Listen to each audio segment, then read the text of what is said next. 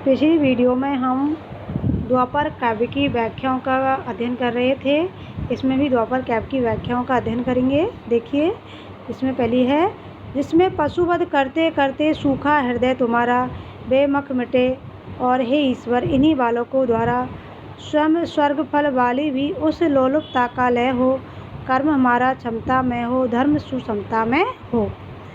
ये पंक्तियाँ द्वापर काव्य से ली गई है। पत्नी के रूप में विद्रता अपने पति के दुराचरण पर आक्षेप प्रकट करती हैं तथा धर्म कर्म की श्रेष्ठता का प्रतिपादन करते हुए क्या कह रही है, देखिए। विद्रता अपने पति से कहने लगी, क्या कहने लगी, जिसमें पशुवध करते करते सूखा हृदय तुम्हारा, कि पशुओं का वध करते करते, पशुओं की निर्मम हत्या करते करते तुम्हारा हृदय भी कठोर हो चुका है। तुम्हारे हृदय के जो पवित्र मानवीय भाव थे वे पूरी तरह सूख चुके हैं। अर्थात पवित्र मानवीय भाव मतलब दया, ममता, विश्वास, करुणा, त्याग, तपस्या आदि जो भाव थे वो पूरी तरह लुप्त हो चुके हैं और तुम्हारा जो हृदय है यह पत्थर की भांति कठोर हो गया है। बेमख मिटे और हे ईश्वर इन्हीं बालकों द्वारा ऐसे पशुवध वाले जो यज्ञ है या यज्ञ विषयक जो कार्य है वे पूरी तरह समाप्त होने चाहिए। हे ईश्वर, ईश्वर केवल संतान उत्पत्ति से ही स्वर्ग के पूर्ण फलों की आकांक्षा या लालच रखने वाली उस भावना का भी लोप होना चाहिए। ऐसी इच्छा रखने वाले इंसानों का भी लोप होना चाहिए। स्वयं स्वर्ग फल वाली उस लोलुपता का लोप हो। कौन सी स्वर्ग की? संतान उत्पत्ति से ही हमें स्वर्ग की प्राप्ति होगी। ऐसी हमारी जो लोलुपता है वह पूर्णतः नष्ट होनी चाहिए। इसलिए हमारा कर्म अपनी क्षमता से समन्वित हो। देखा ना, कर्म हमारा क्षमता में हो, मतलब हमारा जो कर्म है वह किससे समन्वित हो? हमारी क्षमता से समन्वित हो तथा हमारा जो धर्म आचरण है वह भी पूर्णतः समता मूलक हो। इसलिए उन्होंने कहा धर्म सुसमता में हो। अर्थात तो जो हमारा धर्म आचरण है, सभी से हमारा जो व्यवहार है वह समता मूलक हो। अर्थात स्त्री और पुरुष, सुख और दुख और पशु अथवा मानव आदि सभी के प्रति हमारा समान दृष्टिकोण हो। कहने का मतलब यह है कि धर्म कर्म में समन्वय होने से ही हमारा जो गृहस्थ जीवन है वह सुखपूर्ण हो सकता है। सामाजिक पवित्र परंपराओं का निर्वहन हो सकता है। अन्यथा एक पक्ष की स्वच्छंदता दूसरे पक्ष पर भारी पड़ती है। इसलिए हमें इन दोनों में समन्वय करके चलना है। यह धर्म और संस्कृति के नाम पर किए जाने वाले जो कुकृत्य है, हिंसा, क्रूर कर्म आदि का लोप कर समतावादी दृष्टिकोण अपनाने की बात कही है। अगली जो व्याख्या है वह देखिए, कीबा कटता नहीं पाप भी जब तक रहे अधूरा, हो निषिद्ध भी सांग सिद्धि है यज्ञ तुम्हारा पूरा। नाचे गावे सुरंगनाएं, आवे इंद्र पधारे, मेरे आश्रय तो उपेंद्र ही तारे और न तारे। यह भी विद्रता का ही कथन है। वह अपने पति से कहती है कि अपने पति के आस्थाहीन आचरण पर रोष प्रकट करती है। इसी संदर्भ में क्या कह रही है, देखो, कीबा कटता नहीं पाप भी जब तक रहे अधूरा, कि संसार में जब तक हमारे पाप पूर्ण आचरण अधूरे रहेंगे, अर्थात जब तक हमारे पाप अधूरे रहेंगे तब तक उनके समाप्त होने की कोई भी संभावना नहीं है।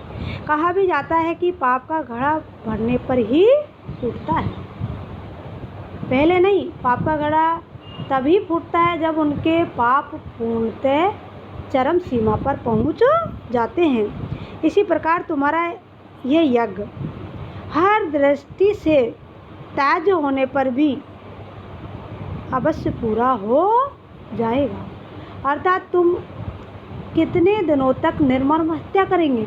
उन हत्याओं की जो आह है, उन हत्याओं की जो वेदना है, उनकी जो कराह है, वह तुम्हारे इन यज्ञों को पूर्णतः समाप्त कर देंगी। इस यज्ञ में भले ही अप्सरा आकर नाचे, देखा ना, नाचे गावे सुरंगनाएं, सुरंगनाएं अप्सराएं तुम्हारे इस यज्ञ में चाहे अप्सराएं आकर नाचे गाए, देवराज इंद्र स्वयं पधारे, तब भी यह मेरी दृष्टि में अधूरा ही है और तुम्हें इसका सुफल प्राप्त नहीं होगा, क्योंकि इनके प्रति तुम्हारा जो दृष्टिकोण है वह अपवित्र है।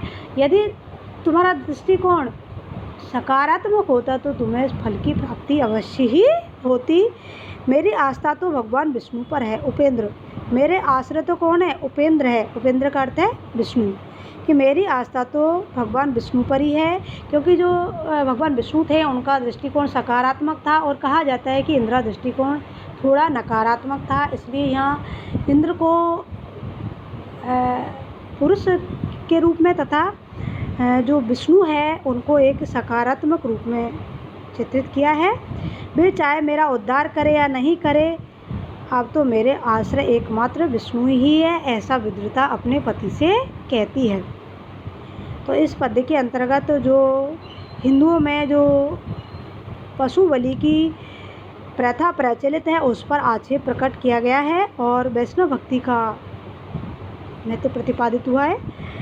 अगली है, वृत्तियों की उन कुल स्त्रियों के प्रति अश्लील रहो तुम, फिर भी श्रोत्रिय होत्री ठहरे, क्यों न सुशील रहो तुम। मैं भूखों को भोजन देने जाकर भी दुश्शीला, ललना तो छलना है ओ धन्य तुम्हारी लीला। इस पद्य में भी विद्रुता अपने पति के आचरण को लेकर उस पर आक्षेप रोष प्रकट करती है और क्या कहती हैं देखो, व्रतियों की उन कुल स्त्रियों के प्रति अश्लील रहे हो तुम, पवित्र आचरण वाले विप्रों की, विप्र माने ब्राह्मणों की, पवित्र आचरण वाली स्त्रियों के प्रति तुम्हारा जो व्यवहार है वह पूर्णतः अश्लील रहा है, वासनात्मक रहा है और उन पर तुम अनावश्यक अधर्म आचरण का आरोप लगाते रहे हो। अर्थात उनका जो पवित्र आचरण था वह भी तुम्हें मलिन प्रतीत होता है। फिर उन पर व्यंग्य करने लगी और कहने लगी, आखिर तुम हवन करने वाले वेदपाठी ब्राह्मण हो, ब्राह्मण यानी कि अपने पति के लिए आया, उनके पति के लिए वेदपाठी ब्राह्मण हो, स्वयं को सदाचारी पवित्र मानकर दूसरों को कुछ भी कह सकते हो, अर्थात तुम स्वच्छंदता का परिचय देते हो और हमें परतंत्र बनाए रखते हो। अतः तुम स्वयं को सुशील क्यों नहीं मानोगे? कहा है ना, क्यों नहीं सुशील रहो तुम, क्यों नहीं मानोगे? अर्थात तुम अपने आप को तो बिल्कुल पवित्र मानते हो और हम पर अपवित्रता का आरोप लगाते हो।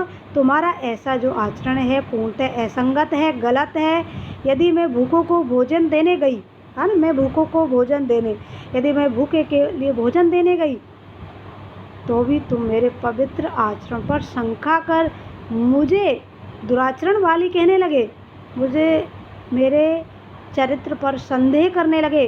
तुम्हारा ऐसा जो आचरण है यह पूर्णतः गलत है, त्याज्य है। तुम्हारी दृष्टि में तो नारी एक धोखा है, एक माया है, एक छल है, एक वासना की पुतली है। इसके अतिरिक्त तुम्हारे दृष्टिकोण में नारी के प्रति कोई सम्मान नहीं है। बड़े दुख की बात है, अफसोस की बात है कि नारी के संबंध में तुम्हारा जो चिंतन है, तुम्हारा जो मत है नितांत कल्पित है, विकृत मानसिकता का परिचायक है। तुम्हें इसे त्यागना होगा, तभी गृहस्थ जीवन की जो गाड़ी है इसको आगे बढ़ाया जा सकता है। तो ललना तो छलना हो धन्य तुम्हारी लीला, कि तुम्हारी ये लीला, तुम्हारा ये दृष्टिकोण ये धन्य है। बड़े अफसोस की बात है कि तुम पवित्र आचरण पर भी अपवित्रता का आक्षेप कर रहे हो। धर्म के नाम पर स्वयं को श्रेष्ठ मानना तथा नारियों के प्रति सदैव शंका की दृष्टि से देखने वाला जो आचरण है, जो दिखावटी व्यवहार है, उसका पर्दाफाश इन पंक्तियों में कवि ने किया है। अगली पंक्तियाँ, है वधू ने क्या वर विषयक एक वासना पाई, नहीं और क्या उसका पिता पुत्र या भाई, नर के बाटे क्या नारी की नग्न मूर्ति ही आई, माँ बेटी या बहन है क्या संग नहीं बह लाई। पुरुष द्वारा सदा ही नारी को यह दृष्टि से वासना की पूर्ति की कुत्सित दृष्टि से देखता रहा है और नारी के प्रति उनके मन में कोई सद्भावना नहीं रही है। उनके इसी व्यवहार पर आक्षेप प्रकट करते हुए विद्रता क्या कह रही है, देखिए। विद्रता कहने लगी है, बड़े दुख की बात है। हाय हाय यानी दुख की बात है। क्या वधू ने क्या वर विषयक एक वासना पाई? क्या वधू स्त्री अर्थात पत्नी अपने पति के लिए क्या वासना पूर्ति का साधन मात्र ही रही है? वासना पाई है वासना पूर्ति का साधन मात्र रही है। क्या वह केवल वासना लेकर ही पति का वर्ण करती है? वर विषय यानी अपने पति का चुनाव करती है नहीं और कोई? क्या उसका पिता पुत्र या भाई? क्या नारी के लिए सभी पुरुष एक समान है? उसका कोई पिता, कोई पुत्र, कोई भाई नहीं होता? क्या वह मात्र वासना की पुतली मात्र है? नर के बाटे क्या नारी की नग्न मूर्ति है? पुरुष वर्ग का नारी के प्रति क्या मात्र वासनात्मक दृष्टिकोण ही है? यह उचित नहीं है। नर के लिए नारी की नग्न मूर्ति, इसका मतलब है नर के लिए नारी केवल वासना की नग्न मूर्ति बनकर ही आई है और मात्र वासना की नग्न मूर्ति के अतिरिक्त उसके दया, ममता, माता, बहन, पुत्री आदि के प्रति कोई सम्मान शेष नहीं है। माँ, बेटी, बहन या क्या संग नहीं वह लाई? क्या वह किसी की माँ, बेटी, बहन का रूप लेकर नहीं आई है? विद्रता का कहने का मतलब यह है कि नारी को केवल वासना की नग्न मूर्ति मानना सर्वथा अनुचित है, बल्कि नारी तो पुरुष की प्रेरणा का पावन उत्स रही है। वह हमेशा पुरुष को प्रगति के मार्ग पर अग्रसर होता देखना चाहती है। वह माँ, बहन, बेटी के रूप में तो सामाजिक जीवन में सम्मान की अधिकारिणी रही है। चाहे पत्नी के रूप में हमेशा उसे दबाया गया हो, लेकिन एक माँ के रूप में, एक बेटी के रूप में, एक बहन के रूप में तो उनका जो चरित्र है हमेशा ही पावन रहा है, हमेशा ही प्रेरणा का स्रोत रहा है। इसलिए मात्र उसके प्रति वासनात्मक दृष्टिकोण न रखकर एक सम्मानजनक दृष्टिकोण का संचार हमें करना चाहिए। धन्यवाद। अगली वीडियो में भी हम द्वापर की व्याख्याओं का ही अध्ययन करेंगे।